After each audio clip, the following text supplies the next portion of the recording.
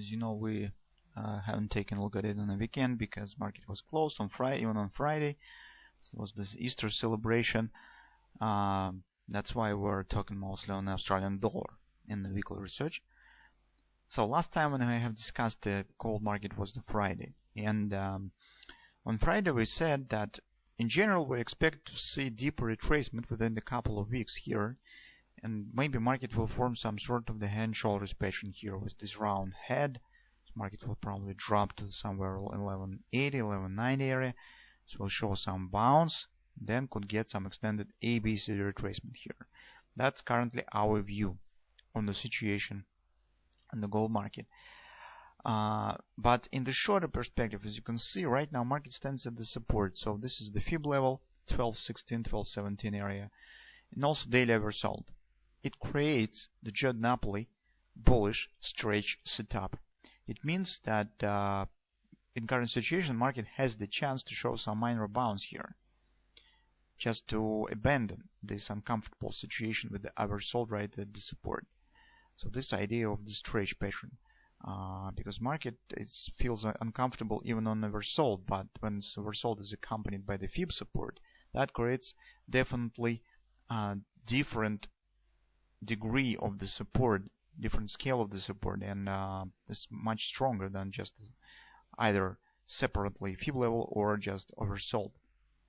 That's why this idea of this pattern stands in the probability, and since in most cases this pushes market slightly high, but the stretch pattern is the one that forces market to move against the trend. That's why the stretch pattern is not very safe.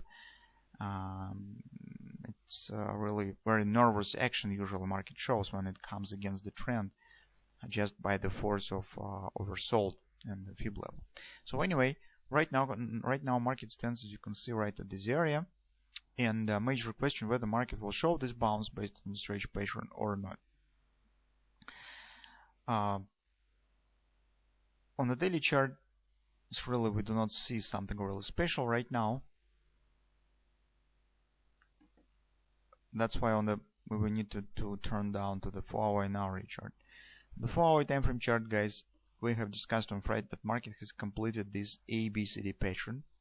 It means that this level is also an agreement, not just a fib support, but this is agreement support, so makes this level even stronger. On Friday here was formed the bearish grabber that already has been completed. As you can see, market dropped lower and taken out of these lows. Alright?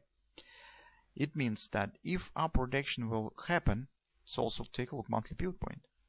So if upward action will happen, then its most probable destination for this retracement stand around 1240 area, because that will be the confluence resistance on daily chart, on the 4-hour time frame chart. It's 1240 area, and that probably will be enough to show as retracement out from this area as to make them completement of the stretch pattern, because market right now do not stand on the neckline yet. So if we, as you can see, at this point of the following the harmony of this pattern, it stands slightly lower, so probably it could continue move slightly lower to reach the neckline and to complete this some kind of the at least the visuality of the head and shoulders pattern. So that's why upward action here should not be too significant. That's why, particularly as the target of the hand of the stretch pattern, we could watch for this 1240 area. In turn, this upward bounce could start from the pattern that now is forming on the daily on the hourly charts. You can see probably here it reminds the hand shoulders. But first, I would like to return back to our talks on this ABCD pattern. Recall our conclusion that we have made here. When the market starts to move up here, we said, guys, do not take the long position. Market should show another low and complete 1618 target of this ABCD pattern. Now this has happened, so you can see right now how it usually happens. Market makes the visuality of the starting upward action, because as you can see, the 4-hour time frame pattern has been completed right here at these lows. Why we need to move down? but the core stands with this ABCD pattern that has the slightly lower standing target. The market makers shows this upward action. When the trader is starting to involved in this action, placing the stops below these levels, market makers release the market is dropped lower, touch the target, completes the ABCD target, grabs the stops, and only after that starting the real move up. Okay, so here we could get the probable head and shoulders 127 head and shoulders pattern. So most part of this pattern already stands in place.